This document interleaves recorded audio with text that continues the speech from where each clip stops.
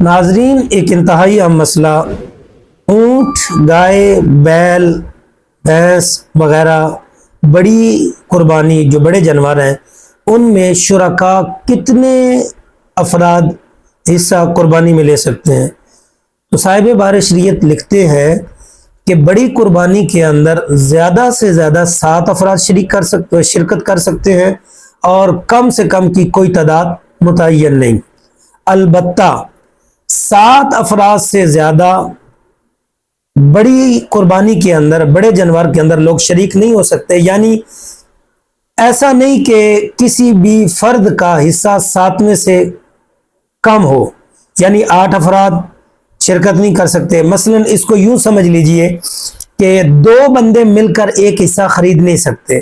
البتہ یہ ایک بہت بڑا معمہ ہے، لوگ اسے سمجھنے میں غلطی کرتے ہیں کہ 2 افراد مل کر پوری قربانی کر سکتے ہیں، کسی کا حصہ کم یا زیادہ ہو سکتا ہے، اس میں کوئی حرج نہیں۔ 3 بھی کر سکتے ہیں، 4 بھی کر سکتے ہیں، برابر برابر تقسیم کر لیں۔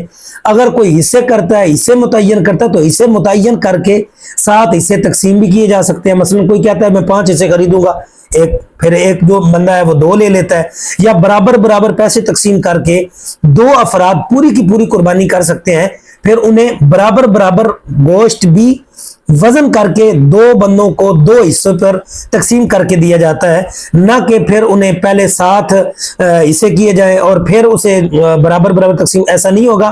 البتہ یہ بڑا ضروری مسئلہ، اسے سمجھیے کہ 2 بندے بھی بڑی قربانی کر سکتے ہیں مل کے، 3 بھی کر سکتے ہیں، 4 بھی کر سکتے ہیں، 5 بھی کر سکتے ہیں، 6 بھی کر سکتے ہیں، اسے کر کے 7 بھی کر سکتے ہیں، لیکن 7 سے زیادہ کوئی بھی فرد بڑی قربانی کے اندر شریک نہیں ہو سکتا۔